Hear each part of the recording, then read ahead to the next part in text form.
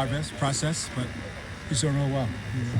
How long does it take? You've been really successful at moving those guys, some guys from in to free tech. He said it didn't really go the way he wanted last year. Everyone's not the same. How long do you think it really takes to be comfortable? What do you have to learn to thrive there? It's about a year in advance because there's different blocks, different schemes, space is closer. You know, edge, you get a little more room to work, and inside you got double teams, you got pulls, so you got see a lot. Sometimes it takes a little time to do that. Coming out of the spring, what is the biggest jump James Smith still needs to make from now to fall camp to be ready to? I think he's making a jump. I think it's a working process. You know what I mean? In the sense I mean is that it's a different culture here. Obviously coming from Alabama, coming here, learning new things, learning new technique.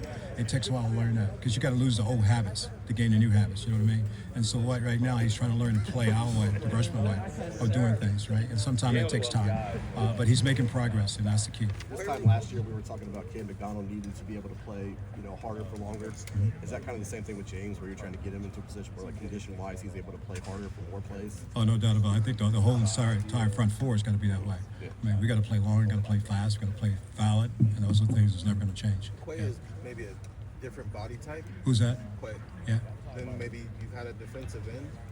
When you were looking at him in the court, what did you like about that body type, and what maybe does he bring to the? I think he's very physically strong. I mean, he's probably strong at the point of attack with his hands and body. It's just amazing a guy 245 can set the edge the way he does it, and he brings great speed to the table. So he can do a lot of things for him. He can play in, he can play what we call a buck position, do some things out of there. But I think the thing that jumps off the videotape is how hard he plays, and he really has physical strength, and I think that's the key to it.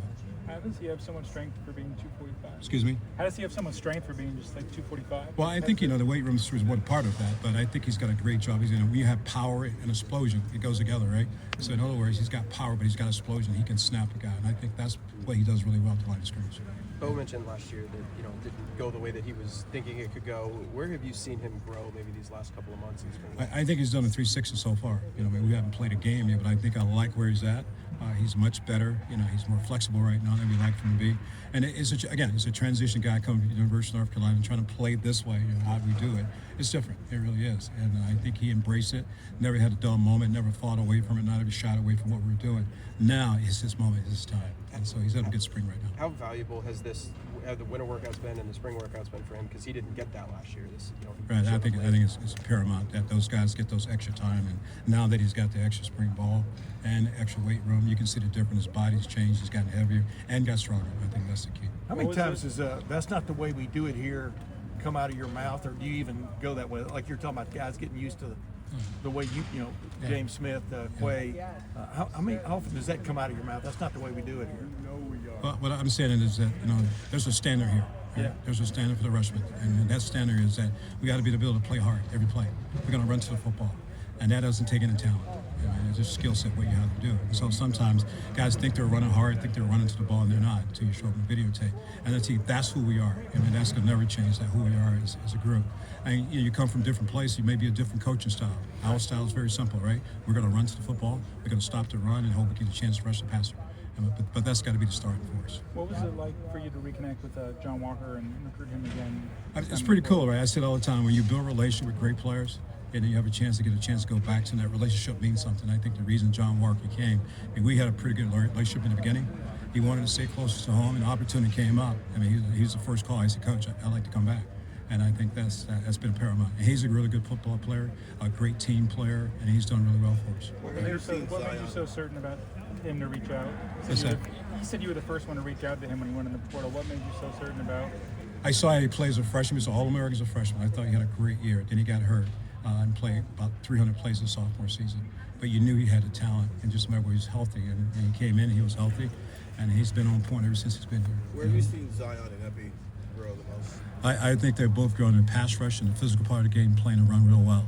Zion had a real good day today, and Epi's had some really great moments in practice. He's done really well. So both those guys are going to factor in for us going forward. Larry, like every year you've lost some key players.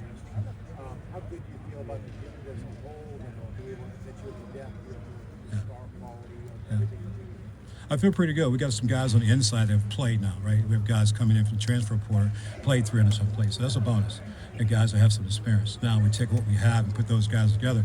I think it gives a little more depth on the inside, a little bit stronger on the inside we want to be because we have guys who play football, and I think that's important. How deep do you think you are? How many players Typically, you like to play 5 guys, be ready to go 5 guys inside. I like to have 6 ends if you can as a bonus player who can do something else. But I think that's the key going in. Try to find those 5 player plus a 6th player if we can. But Two first more get. guys. Larry, the process of replacing Arvell in the pass I'm getting all rush. sizes here. What's that?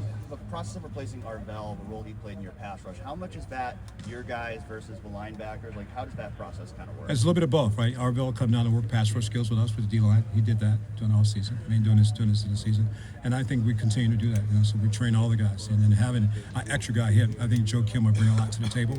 Also be able to help transition those guys also. So we got a good plan. I wanted to ask that too. Arvell, in an interview last week, he said he basically just rushed on instincts last year. Is that true? That's a little bit of truth, because he's fast. When you're fast, you can do what you want to do, you know what I mean? And so he's got a great skill set. I mean, he can bend, he can run, he's powerful, and he's easy to coach because he'll understand technique. Yeah. Larry, Edric Houston said he wasn't real happy with his season last year. He felt like the early injury kind of threw him off a little bit. What did you think of Edric's season last year, and maybe what are you seeing from him this spring? I think he grew a little bit. You know, I mean, he set back, a lot of pressure on him to try to get it done. And I think that now that he's in the best position he can possibly be, he's healthier. Now he's got a chance to really compete and play a lot of football for us. And so I think last year was a learning experience for him. I mean, he got thrown in there real quick and said, let's go play. All right, and then all of a sudden, now you go through the season. You saw some bright moments. Now I think he's got to have all the moments going into the fall. So we're real excited about that. Thanks, Coach. Thanks, Larry. Thanks, Larry.